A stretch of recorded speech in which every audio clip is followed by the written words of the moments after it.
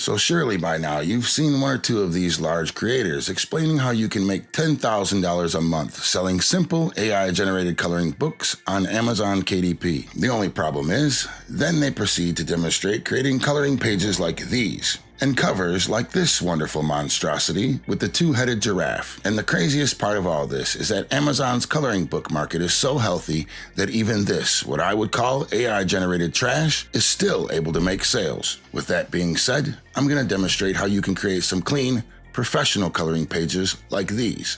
No more two-headed giraffes or deformed dinosaurs. We're going to be covering which AI tools work and which ones don't, the settings and prompts used to get this professional results. You'll learn lots of pro editing tips and tricks. And finally, we'll cover how to create a professional book cover. This video is guaranteed to save you time and money, allowing you to cut through the BS and get into the coloring book game quickly. With that being said, let's begin by figuring out what's hot in the coloring book market right now. To get this done, I've come up with a very unique prompting method. This will work with your choice of DeepSeek, Perplexity, ChatGPT, or even QuinChat. These are all free and give excellent results. I do like ChatGPT's and Quinn's results the best, but as long as the model has search capability, you're good. Alright, so let me quickly show you the workflow using QuinChat, for example. And if you'd like to follow along with the video, you can find all the links and prompts used in the description. We'll start with this prompt here. Search Amazon for the newest trending coloring books. Focus on bestsellers and recently released titles. Look for patterns and popular themes. Pay attention to customer reviews, bestseller rankings, and frequently bought together items to identify emerging trends. Filter the results by new releases and bestsellers to find the highest performing coloring books. Then once you enable web search and send, this will quickly generate up-to-date and relevant references to top sellers on Amazon. And now you might be wondering why I do all this when I could go straight to Amazon and do this search manually. Well, for one, this seems quicker to me, but more importantly, this is going to allow you to dig deeper by continuing the process with more prompting. For example, give me 5 niche coloring book ideas that nobody has thought of. I want unique book themes that will sell better than these popular coloring books. And now, taking a closer look at Quinn's response, we can see here that it explains that creating unique and niche coloring book ideas can help you stand out in a crowded market. Based on current trends and gaps in the market, here are 5 unique coloring book themes that could potentially sell better than mainstream options. And the first idea here is urban exploration, hidden cityscapes. Pretty good. Don't think I've seen anybody doing this yet. Then here we go. I like this one. We have food-inspired mandalas. This combines food culture with mandala designs. Think pizza slices transformed into mandalas. Sushi rolls radiating geometric patterns. Or a coffee cup surrounded by intricate latte art-inspired swirls. And now how about this third one? A coloring book filled with futuristic technology, cyberpunk cityscapes, robots, AI-inspired designs, and virtual reality landscapes. Then at number 4, we have The Beauty of Tiny Worlds. This would be illustrations of cells, bacteria, fungi, and other tiny organisms magnified. And finally, the 5th idea here is nostalgic pop culture patterns. This concept celebrates retro aesthetics with coloring pages inspired by vintage advertisements, 80s video games, cassette tapes, neon signs, and classic movie patterns. And what's also cool here is all of these ideas, as you can see, come with an explanation of why it's unique and how it appeals to the market. And the final thought here reminds you that even if similar books exist, your unique spin or execution can make all the difference. It says these 5 ideas blend novelty with proven demand, giving you a strong chance to carve out a profitable niche in the coloring book market. And now, as you can see, these results are really good, but I'd like to see if we can get a little closer to the style of the bestsellers. So let me go ahead and add, while maintaining the proven top seller style, to the prompt and try again. As it's generating these new ideas, you can see under the search sources here, this isn't just sourcing from Amazon. It's using articles from Medium, Core Digest, and more. Alright, this time the bot generated a full explanation of why these ideas will work. Citing each of these ideas builds on proven bestsellers while introducing unique angles to set them apart. And here's our new ideas. We have mythical maps, legends of lost lands, architectural marvels, coloring the world's most iconic structures, herbal alchemy, botanical remedies, and magical gardens. Then we have dreamscapes, surreal worlds within sleep. It says this concept dives into the subconscious mind with surreal dreamscapes, floating islands, melting clocks, upside-down cities, and whimsical creatures inspired by lucid dreaming and sleep science. Very cool. Why it's unique. While fantasy themes are popular, but focusing on dreams taps into the psychology of self-discovery trends. This concept fills the gap between escapism and mindfulness. Market appeal, perfect for creative thinkers, insomniacs seeking relaxation, and fans of surrealist art like Salvador Dali. Then at the #1 spot, we have bioluminescent wonders, glow-inspired nature scenes. This concept features bioluminescent creatures, glowing forests, and underwater ecosystems illuminated by natural light. Think fireflies, jellyfish, glowing mushrooms, and phosphorescent coral reefs. Why it's unique. While nature-inspired themes dominate the market, bioluminescence is an underutilized sub-niche. The other real glow effect can be suggested to indicate shading patterns, encouraging users to use metallic or neon-colored pencils. It appeals to fans of nature, mindfulness, and fantasy, offering a magical twist on traditional nature themes. Again, very cool, and I think I'm really liking this bioluminescence idea. And since it's such a unique concept, what I think I'm going to do is create my book to have a full-colored example page that goes along with each black and white example. This will give us a bunch of brightly colored images that are unique to the market. It'll take a bit more work, but I definitely think we can make it happen. So let's start by explaining to the bot exactly what we need. Prompt number 3. All right, so I like coloring book idea number 1, the bioluminescence. What I want you to do is create 40 individual prompts that I will use in an AI art generator to create the interior pages of this book. The prompts need to specify that I need the same image in full color on the left and then the black and white outline of that image on the right. And there we go, 40 perfectly formatted prompts ready to go. And as you can see in the notes here, these prompts can easily be adapted to any style that you like, such as Pixar style, digital painting, or scientific illustration. Then what I like to do from here is copy these prompts and paste them into a document for easy tweaks later on. So let's give this first prompt a shot. Back in Quinn, I'll start a new chat and turn on image generation, then change the aspect ratio to 16:9, paste the prompt, and send. In real time, this actually takes about 20 seconds. Alright, as you can see, these images are good, but we have a black background and we need this to be white. So let me go back to the chat and tell the prompt to include a cute children's book style and a white background to the end of these prompts. Send, and bam.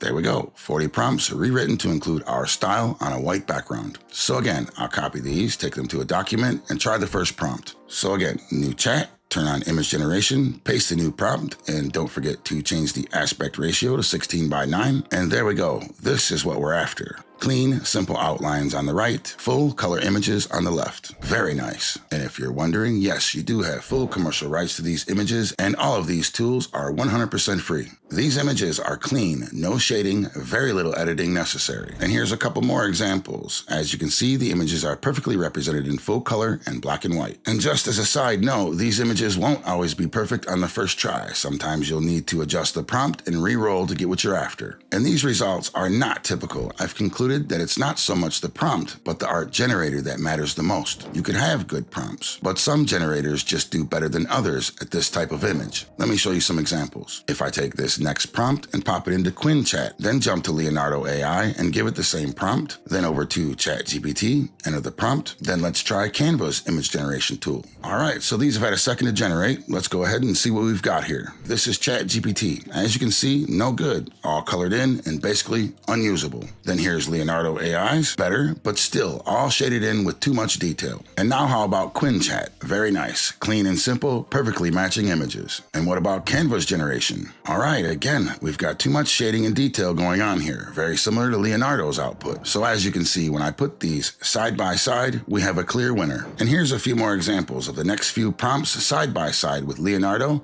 Canva, and DALL-E 3. By the way, my name is Brian, and if you're finding value in the video, please smash that like button and consider subscribing to the channel. Alright, so it looks like you get about 50 image generations here before you get this message. But that's okay, I've got a backup plan. Now we'll just jump over to Google Labs for the rest of the pages. This is also free and gives excellent results. Let me show you a couple examples. This one here is for a cuttlefish. Sounds cool, let's see what we get. Alright, pretty good, but I really want these to glow a little more, so let me add to the prompt the word bioluminescent. Send, and there we go. That's what I'm after, this nice neon glow effect. So I'll download this one and move to the next. This one is for mushrooms in a dark forest, and again, the word glowing doesn't seem to be getting it done here, so I'll replace this with bioluminescent. And I also think I want to get rid of these trees, so I'll remove in a dark forest from the prompt. Then give this one another shot. Much better, now we have a bright neon glow on the colored image and a very clean outline for the coloring page. And now that we're certain the word bioluminescent is working better within these prompts, I'm going to go to my document, highlight all of these prompts, then find and replace the word glowing with bioluminescent in all of them. And this is precisely why I like keeping my prompts in a document. So I think you've got the basic idea of how to generate these images. And from here, it's really just a matter of rinse and repeat until you've generated all 40 of your pages. And finally, we're ready to head over to Canva where we can put this all together. The first thing you want to do here is create a new project at 8.625 by 8.75 inches. This is the dimension required by Amazon for an 8.5 by 8.5 inch book with bleed. Then here, once your project is open, you want to go ahead and set margins all the way around the page at 0.375 of an inch or as close as you can get. An easier way to get this done is to set the first margin, grab a square shape, push it into the corner like this, duplicate it, drag it to the opposite corner, and now when you grab your margins, they'll snap to the square like so. Then once you have your margins set, you can go ahead and delete the shapes. And now with your margins set, you want to go to Files, then View Settings, then lock them in place. And if you don't see your guides in the first place, this is where you can turn them on and off. Then most coloring books have a blank fill page here to prevent bleed through when people color with markers. But since my book is so unique, I went the extra mile and created a bunch of abstract images for these fill pages. And since these images don't need to be perfect, I just used Canva's image generation tool. You can find this under Elements at the bottom of the page here. Here, once you've selected Generate Your Own, you'll be given style selections. I chose this neon style for mine.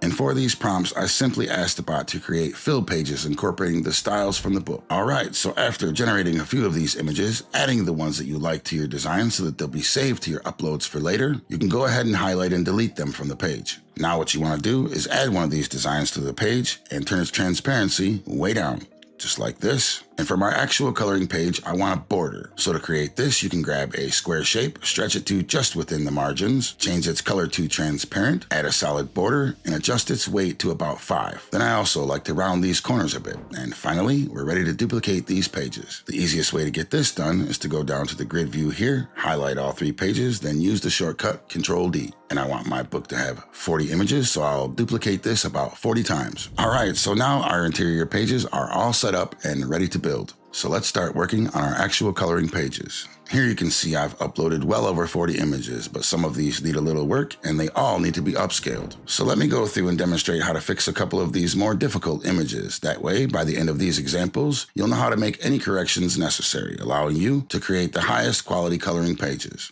So let's say you really like this firefly, for example, but the image isn't perfect. As you can see in this one, the hand is all jacked up and the outlines are a bit thin and even missing in some places. Alright, so the first thing we want to do is upscale this image. This is going to ensure your book's images are clear and your outlines are nice and crispy. The last thing we want is for our customers to receive a book full of pixelated, blurry images. So just look through Canva's app section here and you'll see the image upscale tool. Then once this is done, you can add it to your design. Then the next thing you want to do is go ahead and remove the background from this image. And now with no background, you can definitely see how thin the lines on the wings are here, but that's alright, we're going to fix that. First, let's see how much darker we can make these lines by using simple adjustments. So from under Edits and Adjust, I'll start at the bottom and play with these sliders until I've darkened the lines as best as possible. Now in this case, you can see this brought out some shadows that need to go. So just go to the background remover tool, zoom in, adjust your brush size, and erase everything that you don't want. And while I'm here, I'll just erase this funky hand. Then once everything is cleaned up, you can go ahead and duplicate this page and move it exactly on top of the other, like so.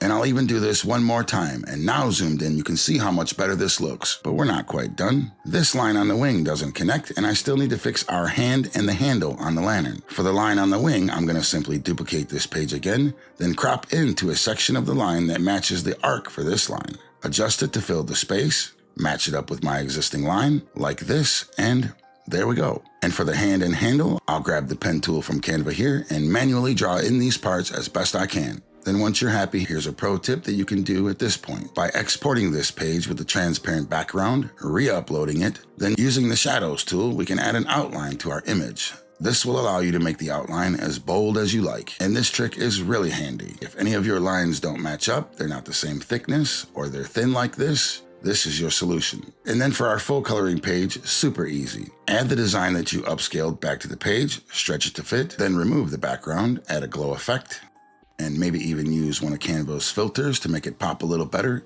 And there we go. This page is done. Now this was an extreme example. Most of the time you'll just need to upscale, remove the background, and make simple adjustments with the sliders to get rid of any color or shadows. So let's walk through one more page that needs a little less work. This frog looks good, so I'll pop him on the page, then upscale first so we're working with the highest quality image. Then you can remove the background, crop in, and stretch to fit. Then I'll go to the filters and add something that will make this color pop a little more. That's good. Then I'll add a nice glow effect from under shadows and glow. You can see the color change as you slide here.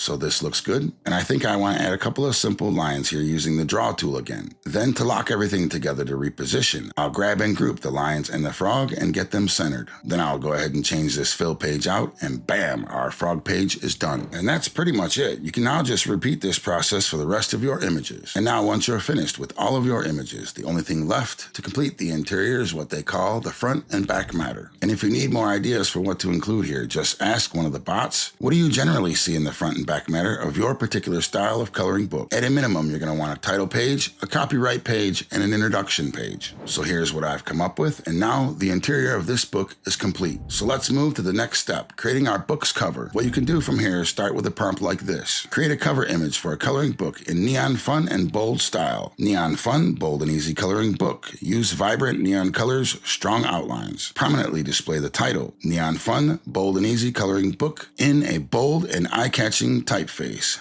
Black background. What I like to do from here is run this prompt through my favorite art generators, saving all the outputs that might have usable elements that I'd like to incorporate into my cover. Now, I've yet to generate a cover that I felt was good enough to use with AI like this. There's always post-editing involved, and here's a pro tip. Give Ideogram AI a shot. You'll get 10 free generations a day here, and this bot does a much better job at generating text in your image, perfect for book covers. As you can see, all these generations are pretty good. I even like the text from this one so much that my actual cover looks similar. So this is what I've put together. All these elements were generated separately, isolated, and arranged carefully here, adding shadows and glows to give depth and contrast. And here's another pro tip. If you take this cover to CapCut, which is a free editor, you can apply an effect to the page, which I found greatly enhances the overall look. Then in CapCut, you can go down to the little hamburger menu here and export this as a still frame. And if you like, it's not necessary at this point, but you can upscale this again in Canva. And there we go. The front cover is done.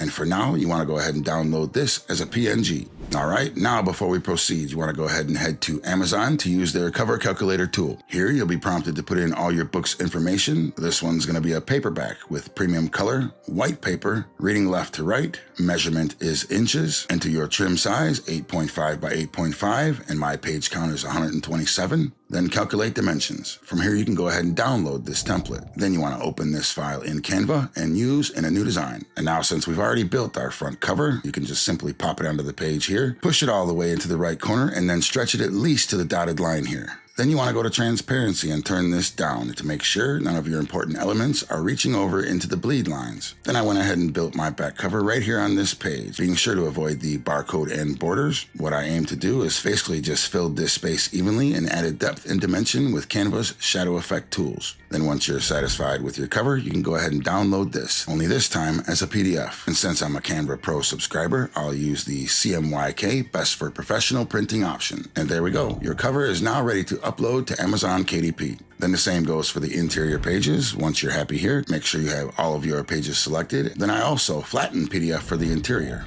And there we go. Now your book is complete and ready to be uploaded onto Amazon KDP and listed for sale. If you'd like to see this process in more detail, then check out this video here. Hope you found this video helpful. Stay safe and be blessed.